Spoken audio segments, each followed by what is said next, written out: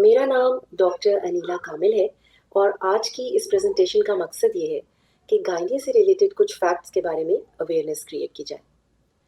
मैंने अपनी 20 साल की गायनी प्रैक्टिस में ऐसी बहुत सी खवातीन और लड़कियों से मुलाकात की जिन्हें अपनी मेडिकल कंडीशन या इलनेस के बारे में कुछ ज़्यादा इन्फॉर्मेशन नहीं थी। इसमें यूनिवर्सिटी स्टूडेंट्स भी थीं, हाउस वाइफ्स भी थीं और ज़िंदगी के मुख्तलिफ शोबों में काम करने वाली खवातीन भी थीं। मेरी कोशिश ये है कि मैं कुछ डायग्राम्स की मदद से आपको अपनी बात आसानी से समझा सकूं।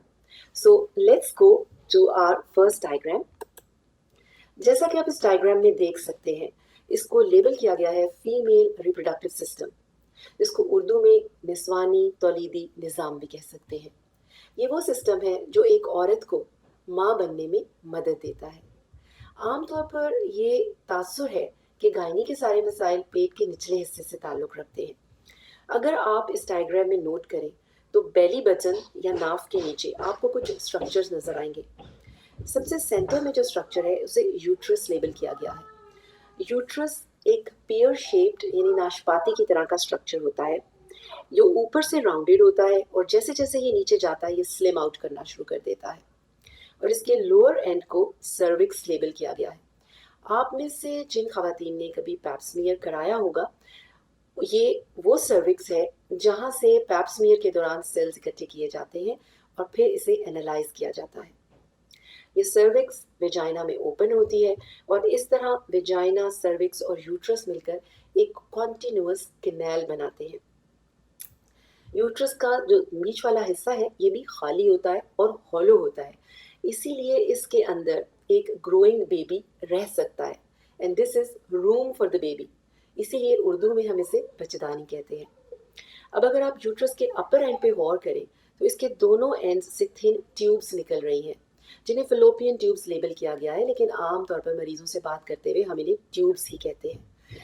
ट्यूब्स आगे चलकर ओवरी से मिल रही हैं जो कि एग लाइक स्ट्रक्चर है और एक नॉर्मल ओवरी का साइज भी एग जैसा ही होता है। अब अगर हम वापस यूट्रस पे आ जाएं तो यूट्रस के जो बाहर या आपको थिक जगह नजर आ रही है ये यूट्रस की वॉल्स हैं और अंदर जैसे कि मैंने कहा कैविटी है और ये अल्लाह की शान है कि इस कैविटी में जब बेबी ग्रो होता है तो आहिस्ता आहिस्ता यूट्रस इतनी बड़ी हो जाती है, इसकी जो ये मस्कुलर वॉल्स हैं ये इलास्टिसिटी होती है इनके अंदर, वेजाइना में भी इलास्टिसिटी होती है, सर्विक्स में भी। तो ये यूट्रस बड़ी होकर वाटरमेलन का साइज एक्वायर कर लेती है जिसके अंदर एक फुल ग्रोन बेबी रह रहा होता है, 9 मंथ्स का बेबी। और फिर जब वो बेबी डिलीवर हो जाता है, लाइक वो बेबी यूट्रस, सर्विक्स और वेजाइना का रास्ता इस्तेमाल करते हुए बाहर निकल आता है और इस रास्ते को हम बर्थ कैनाल कहते हैं। और फिर ये खुदा की शान है कि ये यूट्रस, वेजाइना और सर्विक्स दोबारा से अपनी इसी साइज पे आ जाते हैं।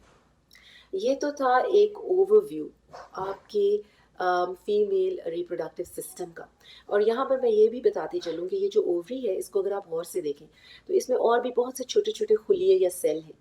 हर ओवरी में मिलियंस ऑफ सेल्स होते हैं और हर महीने उनमें से एक सेल ग्रो करके मिच्योर हो जाता है जिसे हम मिच्योर एग कहते हैं।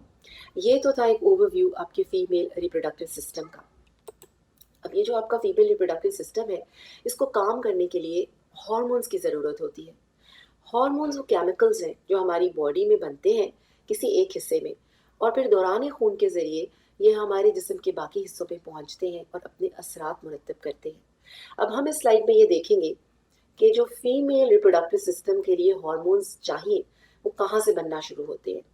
इस स्लाइड में अगर आप गौर करें तो सबसे ऊपर आपको एक ब्रेन की तस्वीर नजर आएगी। ये ह्यूमन ब्रेन है। इस ह्यूमन ब्रेन में दो अहम स्ट्रक्चर्स होते हैं जिन्हें हाइपोथैलेमस और पिट्यूटरी कहते हैं। सबसे पहले हाइपोथैलेमस एक हार्मोन या केमिकल बनाता है जिसका केमिकल नेम GnRH हम कह सकते हैं, ठीक है। और जो पिट्यूटरी है उसके रिस्पॉन्स में दो किस्म के हार्मोन्स बनाता है जिसे हम LH या FSH कह सकते हैं। अब ये जो LH और FSH होते हैं हमारे दौरान खून के जरिए हमारी ओवरीज तक पहुंचते हैं जो आपने पिछली डायग्राम में देखी। फिर हमारी ओवरीज भी दो किस्म के केमिकल्स रिलीज करती हैं जिन्हें ईस्ट्रोजन और प्रोजेस्टेरॉन कहा जाता है। और ये तो था सिलसिला कि हमारी फीमेल हार्मोन्स हमारी बॉडी में बन कैसे रहे हैं। अब हम एक अगली स्लाइड में ये देखेंगे कि ये जब फीमेल हार्मोन्स ओवरी से रिलीज होते हैं तो फिर वो हेड टू टो हमारी बॉडी पे क्या चेंजेस लेकर आते हैं। ये एक बहुत खूबसूरत डायग्राम है जो मैं आपके साथ शेयर कर रही हूँ, जिसमें सबसे पहले तो जो फीमेल बॉडी के कर्व्स हैं, उसके बारे में मैं ये बताना चाहती हूँ कि जो फीमेल बॉडी के कर्व्स हैं, जो सॉफ्टनेस होती है फीमेल स्किन की, और जो फेमिनिन वॉइस होती है, वो सब इन्हीं हार्मोन्स के नॉर्मल लेवल की वजह से होती है। इसके अलावा ये हार्मोन्स हमारे ब्रेन में हमारी मेमोरी को, याददाश्त को बरकरार रखने में हमारी मदद करते हैं। और जैसे एसी में एक थर्मोस्टेट लगा होता है, हमारे ब्रेन में भी एक छोटा सा थर्मोस्टेट टाइप एरिया होता है जो कि ये कंट्रोल करता है कि हमारी बॉडी को एक कंफर्टेबल टेम्परेचर में रहे। उसके ऊपर भी ये हार्मोन्स एक्ट करते हैं। लिबिडो उस कैफियत को कहते हैं जिसमें एक इंसान को दूसरे इंसान में कशिश महसूस होती है और वो उससे ताल्लुक उस्तवार करना चाहता है। ये भी इन हार्मोन्स की वजह से होता है। उसके बाद ये एक वेल नोन फैक्ट है कि जो ह्यूमन ब्रेस्ट है, ये एक फीमेल की बॉडी में खूबसूरती का रोल भी प्ले करता है, लेकिन इसके साथ साथ जो बच्चा पैदा होता है एक औरत को, उसके लिए इस ब्रेस्ट में मिल्क प्रोड्यूस होता है।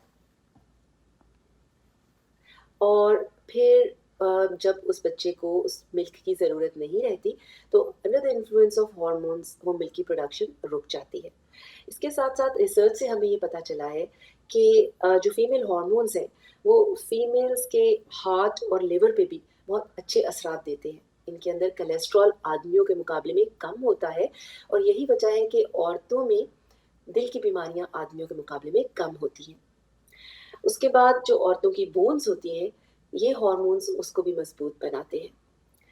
इसके बाद बात आ जाती है ओवरी और यूट्रस की। ये हार्मोन्स ओवरी और यूट्रस पे क्या असर करते हैं, इसको देखने के लिए हम एक और स्लाइड पे चले जाते हैं। ये स्लाइड आपको देखने में शायद कंफ्यूजिंग और कॉम्प्लेक्स लग रही हो, लेकिन मैं आपके लिए इसको आसान करने में की कोशिश करती हूँ। ये आपके मेंस्ट्रुअल साइकिल को रिफ्लेक्ट कर रही है, जो आम तौर पर 28 डेज का होता है। और इसका जो मिड है, डे 14, इसको आम तौर पर मिड साइकिल कहते हैं। और अगर आप इसके नीचे देखें तो इसमें बॉडी टेम्परेचर की चेंजेस शो हो रही हैं, जो कि हार्मोन्स से रिलेटेड होती है। फिर यही जो हार्मोन्स जिनके नाम हमने पहले देखे थे, एफएसएच, एलएच, ईस्ट्रोजन और प्रोजेस्टेरॉन, ये ग्राफ्स आप में से बहुत लोग इसको समझ सकेंगे। ग्राफ को जो डिफरेंट कलर्स के साथ रिप्रेजेंट हुए हुए हैं यहाँ पे। तो जैसे जैसे आपका मेंस्ट्रुअल साइकिल चलता है, इन हार्मोन्स में चेंजेस आती हैं। ये इनकी मिकदार कभी ज़्यादा होती है, कभी कम होती है। और डे 1 आपके मेंस्ट्रुअल साइकिल का वो डे होता है जिस दिन आपको पीरियड्स आते हैं। उसके बाद जैसे जैसे इन हार्मोन्स में चेंजेस आती हैं, आपकी ओवरी और यूट्रस के अंदर भी चेंजेस आती हैं। जैसे कि हमने पहले बात की थी कि हर महीने एक cell in under the influence of these hormones grow करना शुरू करता है और मैच्योर होता है। ये सेल डे 14 पर आम तौर पर मैच्योर हो जाता है, फिर हम इसको एग या ओवम कहते हैं। इसके साथ साथ ये हार्मोन्स आपकी यूट्रस की जो लाइनिंग है, इनर लाइनिंग, इस पे भी काम कर रहे होते हैं और वो बढ़ रही होती है।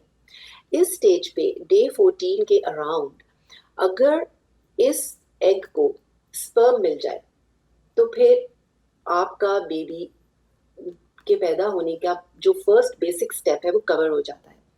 जब इंटरकोर्स होता है तो वेजाइना में स्पर्म्स पहुंच जाते हैं, और फिर वो स्पर्म्स वेजाइना से होते हुए, सर्विक्स से होते हुए ऊपर यूट्रस में आते हैं, स्विम करते हैं, बड़ी मेहनत करते हैं स्पर्म्स।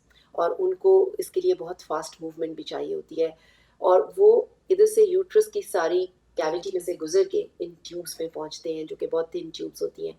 इनमें से भी गुजर के 99.9% ऑफ द टाइम ये जो हिस्सा होता है जहाँ पे वो आपकी जो ट्यूब है, ये ओवरी को हग कर रही होती है, जहाँ पर ये एग रिलीज होता है ओवरी से, वहीं पर स्पर्म इसको अगर मिल जाए, एक स्पर्म और एक एग मिल जाए, तो यहीं पर आपके बेबी की जो इनिशियल स्टेज है ना, वो शुरू हो जाती है।